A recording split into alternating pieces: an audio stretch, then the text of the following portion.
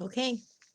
Well, I'm just called to come in here today as I'm working in my office. I'm actually working on some new material for a program that's going to launch in a little bit, in a month or so, and I'm just really called to talk right now at the start of 2021 and talk about what an opportunity you have in your life to improve your partner relationship. Even if you don't have one, or you don't have one really to point to, that you would say, well, he's my significant other, or he or she is my beloved, and you feel called that that is what you want.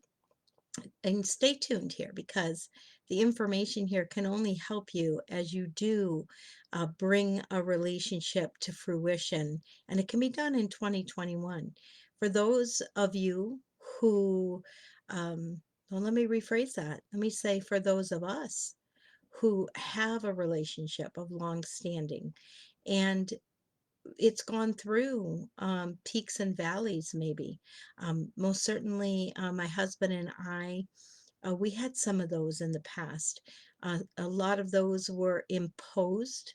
A lot of the peaks and the valleys, especially the valleys, were really kind of dropped on us. But there's ways to weather those things, but not just weather them, but to use the shadow as an opportunity to see the light. Or sometimes for Denny and me, it meant seeing the shadow, or the dimness or the darkness, and noticing that the light was not there. It wasn't as available to us. And knowing that that's what we wanted, we then course corrected. Part of great relationships is the ability to course correct. It's to accept that no relationship is going to be the same over a period of time, because people aren't the same over a period of time. And the relationship should evolve as the people inside of it evolve. Now, I know for some people, that means that they leave a relationship, that they feel that they have to leave the relationship in order for their personal evolution to maximize. I do also know that I've worked with I mean, a large number of people who have mourned the fact that they left a relationship, what they worried was perhaps prematurely, because they didn't have the guidance, they didn't have the understanding that they had maybe at the moment that we talked. They kind of mourned that they had not stayed the longer road to see where that relationship would eventually go, and they missed that relationship. Once the dust settled on whatever the bomb that went off that caused the relationship to end, they they missed it. There was a lot of aspects of the relationship that they wish that they had. I think a lot of people are going into 2021, and they have a little bit of the feeling of maybe life shock. There are changes that were imposed on us during 2020, and a lot of people didn't meet them necessarily like running to embrace them. There are people who absolutely see, oh, when there is an imposed change, or something significant changes, this is an opportunity for something even greater to evolve. A lot of relationships maybe didn't make didn't make the cut in 2020. Maybe some of them are barely hanging on by a thread. Well, I want to talk real briefly. I'm called to talk on this concept of being present in order to lead a relationship, and to lead a relationship happily and with harmony. Because happiness and harmony are essential for long term, really prosperous partner relationships. And why would you want a relationship that wasn't prosperous? Think about that. Like, people engage in they engage in work life every day, with the hope of prosperity. People engage in, they have an entrepreneurial urge because they feel like that is the way that their life can be more prosperous. And we tend to link prosperity to money. And even though money is right up there with oxygen, love is a truth and a prevailing truth that we require it in our lives, maybe as much as oxygen. And so I'm a big proponent of creating prosperous relationships. And a prosperous relationship requires that there be really good leadership inside of it. Now, what does that mean? Well, someone is leading all the time. And the truth is, in any partner relationship, two people are leading all the time. Leadership is an appointment. It's not like saying, okay, you're in charge and I'm not, or you qualify to be the leader and I'm not. Couples can have those kind of breakdowns of tasks, like, in our marriage, Denny and I years ago figured out these everyday or these monthly tasks were best served by him because he enjoyed doing them more, or he had a greater aptitude for that. And I might have had a greater aptitude and enjoyed doing other things more. And those kind of like delineations, between roles. I mean, those are going to occur. Um, and those are going to be, specific to whatever the people are within the relationship. Every relationship has its own kind of DNA. It has its own way that it shows up. It has its own energy because the people inside have their own energy. They have their own kind of energetic profile, or the way that they think, and their aptitudes and their idiosyncrasies too. So we all have these very specific personalities, and our relationship reflects those. And if we drop the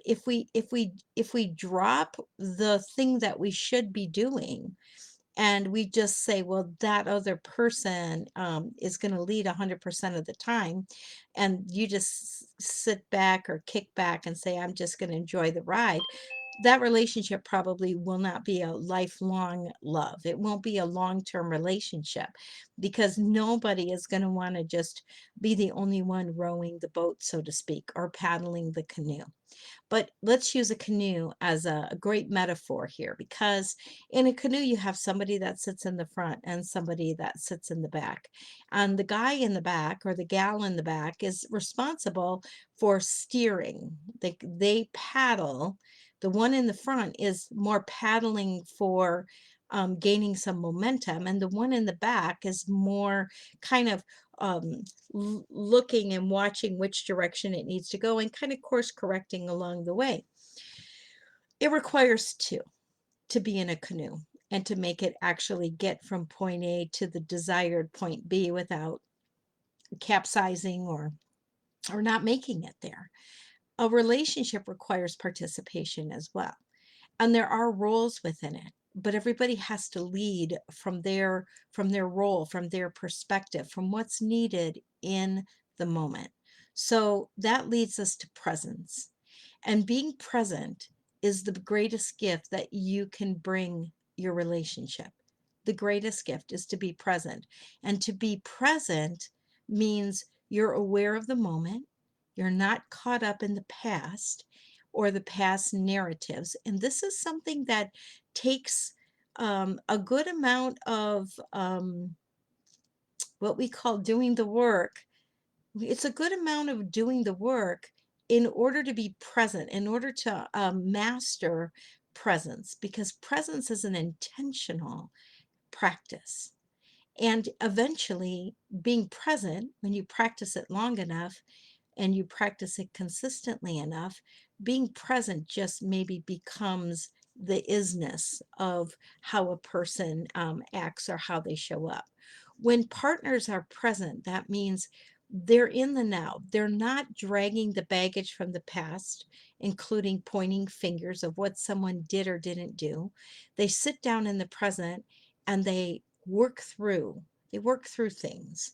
And and I feel like 2021 is an opportunity for all of us to advance in a really big way. And I feel like it's an opportunity for relationships to advance in a really, really big way. I know that 2020, again, many people didn't necessarily see it as the opportunity that it truly was. It was an amazing opportunity to hold the mirror up, to look at how things had always been done, and to see maybe how now we were being called to do them differently. Relationships that were put on automatic and that were just kind of running on automatic, they didn't do so well in 2020 because things got kind of jumbled up. People, maybe one of the spouses or one of the partners now needed to work from home. Maybe both partners needed to work from home. Maybe one of them was furloughed or downsized or laid off, and it changed the economic framework, especially when the additional money, the supplements ran out. There's a lot that we can look at and learn from 2020. Be very, very cognizant of what you say about 2020, because if you're somebody that wants to blow up the year and thank good riddance and thank goodness that's behind us, my guess is that you are destined to get the lessons that you did not learn in 2020. It wasn't happening to you, it was happening for you. It was happening for you. It happened for me. It happened for Denny, my husband. It happened for all of my really, really good friends.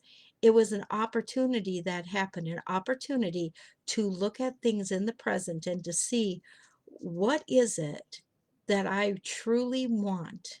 And then what do I need to do? How do I need to lead myself in order to inspire others to also lead themselves to get to where we want to go together? So that was on my heart to share. Leadership is a huge subject, and it's too often kind of lumped into corporate structures, business circles. Leadership is required in any healthy, happy, harmonious partner relationship. And the wonderful news is you get to design your own style and your own brand of leadership within your relationship. That is the relationship of the future. It's the relationship of any future that we ever could have had. But last year showed us it was time to redesign. It was time to step up into this role because he or she could no longer do this role. In my own experience with this, what a lot of people experience in 2020, I experienced in 2009.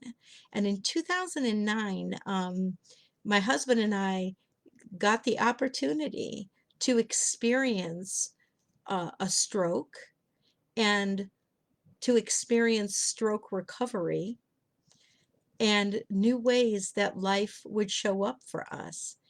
And it showed us the weak spots in our lives.